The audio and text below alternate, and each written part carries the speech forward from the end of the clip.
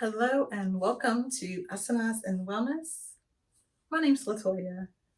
If this is your first time here, I'm a yoga teacher, a meditation and mindfulness teacher. Today, you get to learn more about me. So today I'm going to be really just sharing my yoga story and what led me to becoming a yoga teacher. And I'll be sipping on some coffee here in my More Self-Love mug because we need more self-love. Now I am filming this on my phone, so hopefully it comes out okay and the sound as well. But if there is any issues, I apologize because I only have intentions of filming this once. Okay, so let's just start from the beginning. First of all, going back into my childhood, I was always, I was a latchkey kid. I was born in the early 80s, latchkey kid. And, I spent a lot of time at home alone while my mom worked. And even took care of my sister, stayed home with my sister because my sister is so sad. I can never remember how old she is, but she is I believe my sister's like 8 years younger than me. So I would, stay home. We would stay home and I would be the responsible one, but my mom wouldn't let us go outside. We had to stay indoors while she was working, of course, because she wanted us to make sure that we were safe. So I kind of took an interest in fitness at a very young age.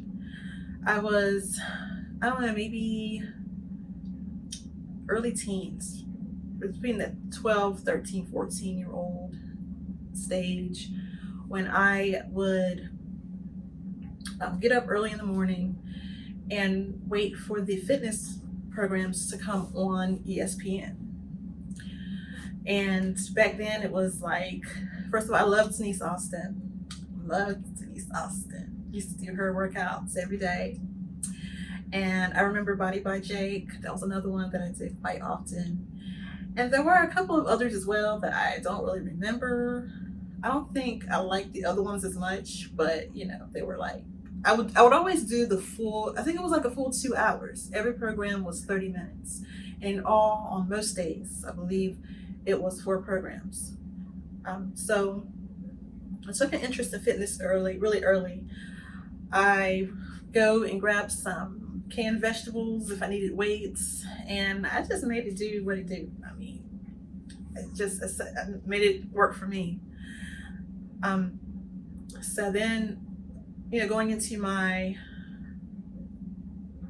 later teens, and even as a young adult, of course, eventually I stopped, working out or putting such a focus on it every day, and got into other things. And but I still would sometimes I would do a yoga class, but I would refer to it as a stretch class. I knew it was yoga, but in my mind, yoga definitely wasn't for me. So I wasn't there to do yoga per se.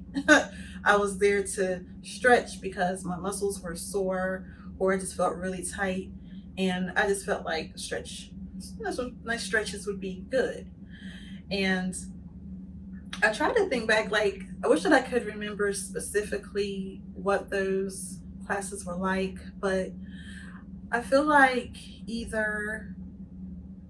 I don't know if the spiritual side of it just wasn't emphasized as much as it is today, or if I didn't allow myself to really receive the spiritual stuff. I don't know. I don't remember, but I just feel like for me, it was just about stretching. Like, the way classes now are now, and, incorporating spirituality and focusing specifically on the breath. Like, I don't remember those things being a big part of the classes. But like I said, it could have just been that my intentions weren't to take in all of that, that my intentions were just to get the stretch. But in any case, that's what it was like. It wasn't something that I did on a regular basis. Yoga was just something I did occasionally when I felt like I needed it and was able to go. But I definitely felt like it wasn't a practice that was for me. So fast forward, I began having children, and I pretty much find myself in my early 30s at a point where, or early to mid 30s, where I feel like I don't have a purpose. I'm constantly upset, in tears, because I feel like I have no idea what I'm supposed to be doing here. Like, I'm just so unhappy. It felt like the world was passing me by, and everyone else was really just either living in their purpose or happy with not. And I was just felt almost miserable, like I was trapped in a life with no meaning, is how I felt. So because I had spent most of my adult life, well, no, not most of my adult life, but I had spent a great chunk of my life really just dedicated to raising my children. um, that's what I did. My husband worked and brought home the money, and I took care of the home and raised the kids, made sure everyone got to practice, and gymnastics, football, soccer, all the things. And so that was what my life was all about, and really I enjoyed it. I really loved doing those things. But of course, it got to a point that my kids were older. They were into different things. They were, so it didn't require me as much. When they got a cut, they didn't run to mom anymore. They were more self-sufficient, and which was good, but it really magnetized the fact that I had not created anything for myself. So I did everything that I thought that I was supposed to do. I had already had a bachelor's degree. I got my bachelor's when my kids were babies. All three. I had all three of my kids, and they were babies. And I went and somehow managed to get my bachelor's degree. So during a period of time, during my son's last 3 years of elementary school, I homeschooled him. And I also homeschooled my daughter for a year during that period as well. So it was a period of 3 years that I left a job at an airline, which I, didn't like anyway. But I left that job to homeschool because my son needed me, so I homeschooled. But during that time, I also decided to go ahead and get my master's degree, because the master's program was a 3-year program.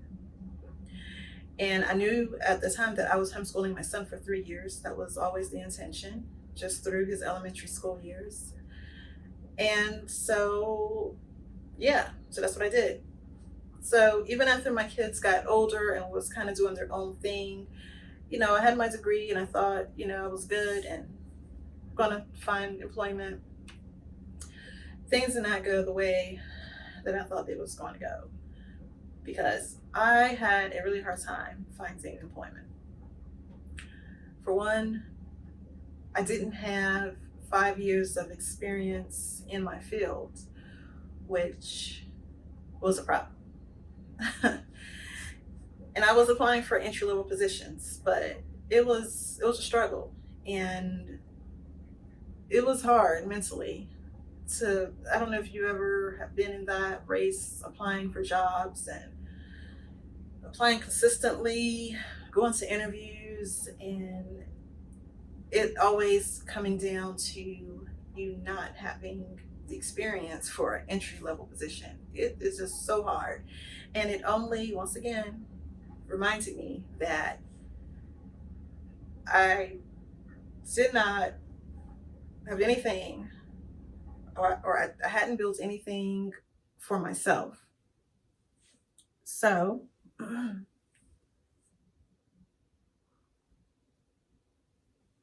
okay. So, I mean, I was upset. I would cry constantly, all the time. I would call my husband crying, when he's at work. He's very fortunate to have, it seems like, always really lived in his purpose and really be able, to really go and elevate the way that he wants to. But I would just be so like, I don't know what to do, and just miserable. You know, it was, it was sad. It was sad. It's sad when you feel like you don't have a place in the world, and you feel like, even though you know that everyone has a purpose, you feel like something happened, some mistake was made, and maybe you got here by mistake because you don't have a purpose. So it was just really hard. And one day it just got to a point where, and I can't explain it because, like I said, I cried many times about it. It was just a very difficult time, and it just got to a point where I was like, okay, I am sick of it. Sick of it. I'm tired of it. I'm sick of it. I'm tired of life as it is. I'm ready for things to change. I'm ready for things to be different. I'm sick of this. I'm going to change it. I didn't know what I was going to do. I was crying, sitting on the side of my bed on the floor, crying, just saying this, just feeling like I'm sick of it. I'm just so tired of this. I'm changing this. So I started praying, and I just told God to just take the wheel. I had always prayed anyway, but this time I was like, usually it's a prayer like, oh God, I hope I get this. God, please give me this position. Please bless me with this job, or bless me with a job that's this, and this. But this time I was like, you know what? God, just take the wheel. I don't know.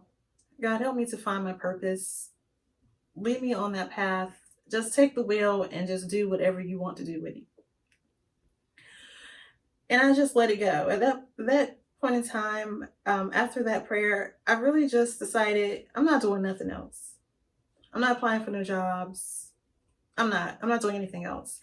I'm just going to focus on taking care of me, because I don't feel well. I feel extremely sad. I'm not happy. I'm just going to work on just making myself feel better. So I knew enough at that time. Sorry. Okay, so I knew enough at that time to know that if I wanted to get myself together and feel well, I needed to start from the inside and work my way out. I didn't know that much. So that's what I did. Because I think I have read, at that point in time, I probably read every self-help book that there was up until that time. Because I love to read. I read a lot anyway. And I used to read mostly self-help books. I have a lot of books. I don't really do the e-readers or audiobooks and things like that. I love physical book, and I have a lot of stuff on them. So I had read a lot of self-help books. So so I already knew that I needed to start from the inside. Now, fortunately, I had a friend at the time who was very health conscious. Health conscious. Yes. And spiritual. And it's kind of weird. Like, I feel like now looking back, it's like she was definitely put in my path during that time to bring something that I needed. When we first, not when we first met, because, when we first met, we were so different. Like I said, she was more spiritual and into things that I didn't really understand. Like, she would be into crystals and be like showing me different things, like, oh, look at, and I would just be like, okay, it's a rock. Okay. But, but we were really good friends though, even though we were so different. And she never tried to push her views, or, like she, like, as far as even being vegan, she never tried to push that on me. It's like almost like she made it kind of known, like, who she was, because we were friends, when you're getting to know each other, she made it known who she was, but never forced anything on me, even during the times when I was going through, difficult stuff, and shared personal stuff with her. She never said, well, you need to be doing this. You need to be burning sage and all. Like, she never pushed anything on me. So, but okay, so during that, so when I decided, okay, I need to start from the inside out, of course, I would, I started asking her questions, because I know she's into stuff. So let me ask questions. And, so she was the one who kind of put me on to juicing, which I fell in love with. I love juicing. So she introduced me to that. She would also send me, so we spoke about, meditation. Was asking her about that. And she would send me these little 5-minute guided meditations because I was just telling her that, I'm kind of curious, but it seems like really hard to just sit there and meditate. And so she would send me these little 5-minute guided meditations in the mornings to do. And even like supporting me on transitioning to vegan. She actually was a big help with that. Very encouraging, always there to answer questions. When your body starts changing, when you start treating your body right and things start to change, it's good to have someone where you can really be real and like ask like, what is this that's happening? Why is this happening? She was very, very knowledgeable, very helpful with me going through that transition back then. And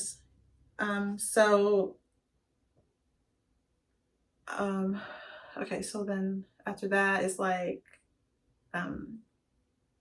yeah, I began feeling really good. I also, something else I did during that time, I really got heavy into fitness once again. I mean, heavy into fitness. That's what I did. Like I said, I wasn't worried about no jobs anymore, or trying to figure out I wasn't trying to figure out my purpose. I wasn't. I was just trying to take care of me. And I got into fitness. I got a personal trainer and was working out, I think 3 days a week with the trainer. And then I would do cardio on the other 2 days.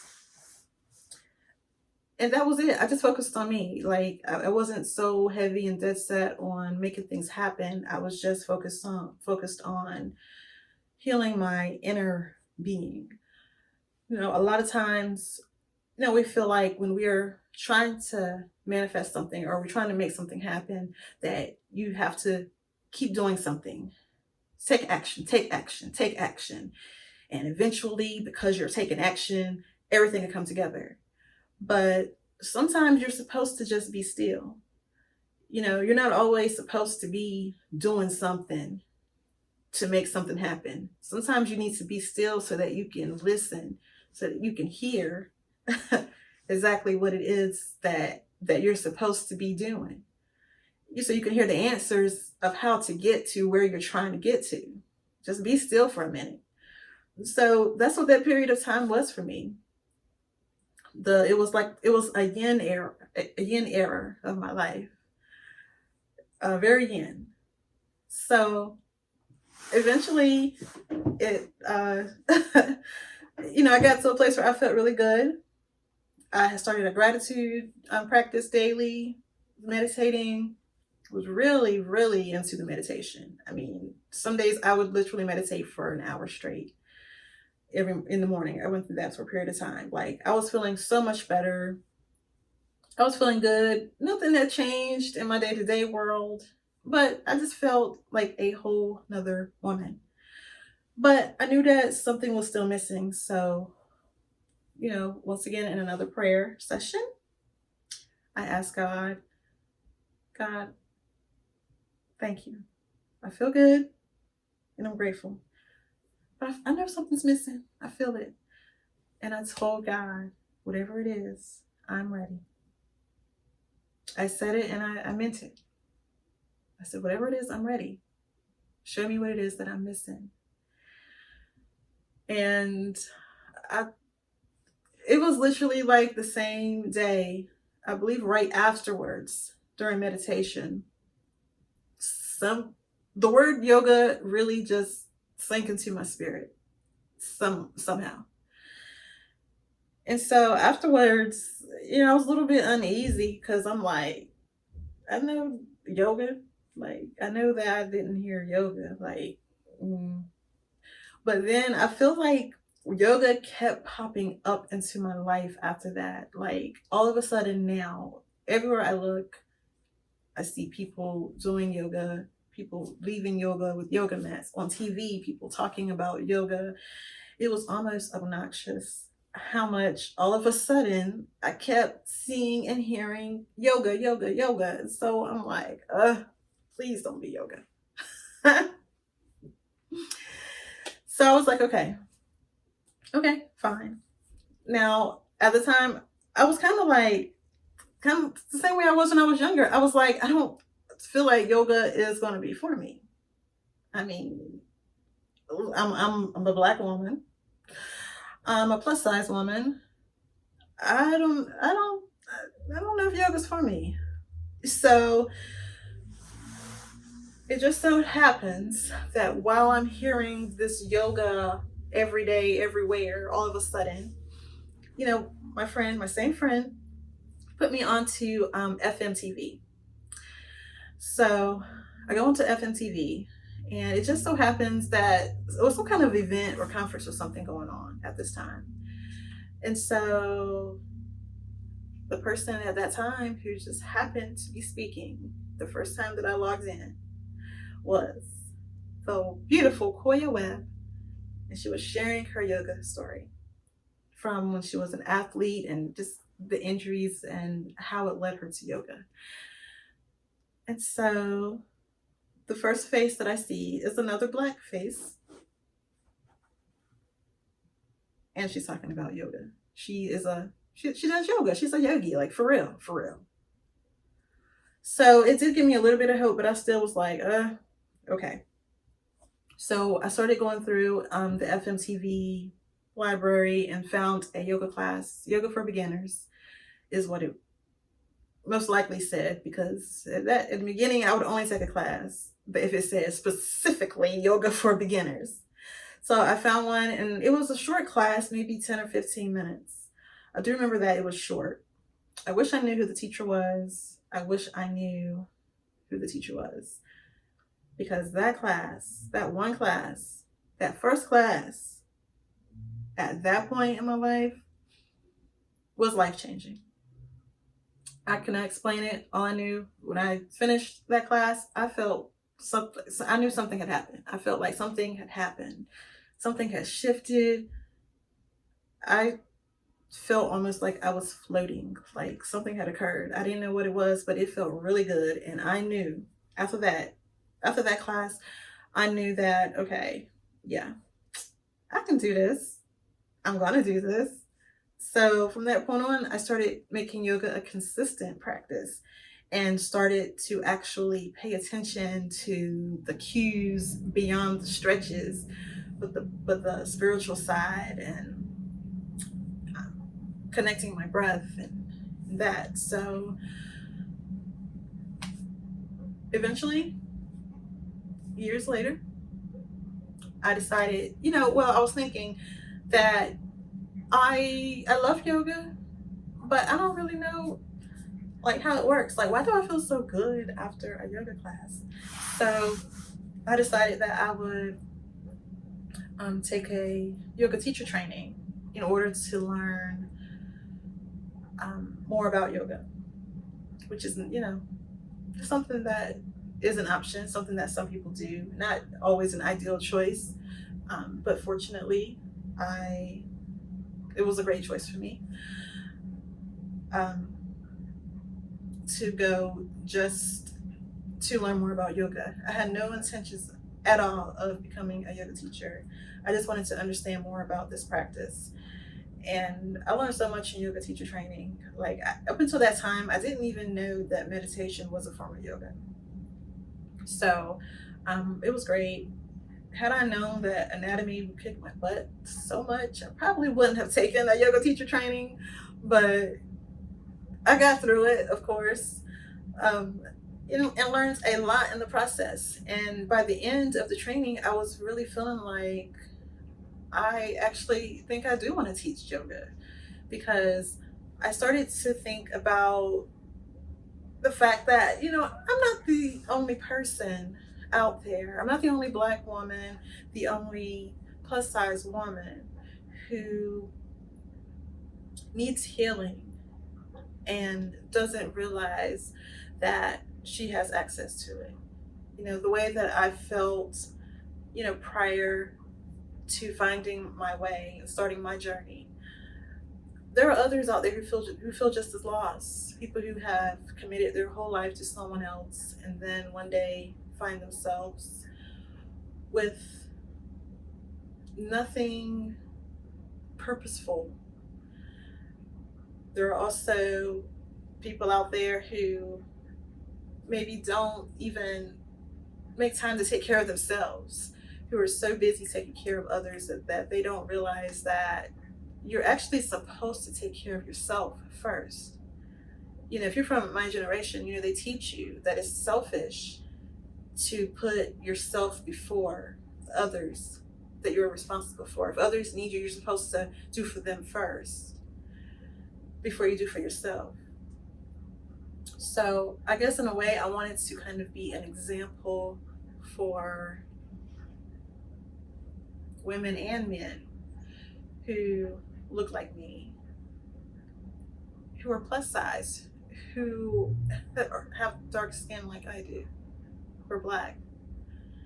And to show you that a practice that traditionally you don't even see us in, they don't even consider us half the time, that you can actually enjoy benefits of this practice the same way that the skinny white women do. Because sometimes even just going to a traditional doctor, it's like the way that they respond almost when you tell them that you're a yoga teacher, it's almost like you can just read on their face that they're basically saying how, or like they don't take you seriously. Like, yeah, right. It doesn't matter to me, because I'm definitely living a more balanced life due to my yoga practice. I don't care what anyone thinks I'm supposed to look like. So, but there are definitely others who probably think the same way that I did. And so that's who I'm here for. I'm here to show you that I don't care what kind of body you're in. You can move. You can do yoga. If you can breathe, you can do yoga. It doesn't have to look like it looks on Instagram or online. It doesn't have to look like that. You can make it your own. It's okay. I used to be really kind of dead set on yoga being this, this, and this. Even when I first started, because that's what I kind of thought. But along the way, I have learned that I don't have to just stick to poses that work well for me. I can do any pose I want and make it my own. I can make it fit me. So that is my story.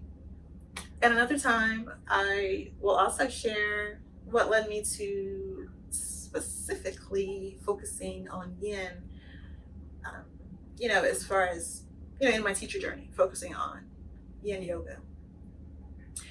So thank you so much for listening. Be sure to check the links below. Right now I have classes every Sunday at noon, a yin yoga class, and I also teach a yin class every Wednesday in the online yoga school virtual studio. Thank you so much for watching. Give me a thumbs up. And also, I want to know about your yoga journey. What led to you starting your yoga practice? Thank you so much for watching. See you next time.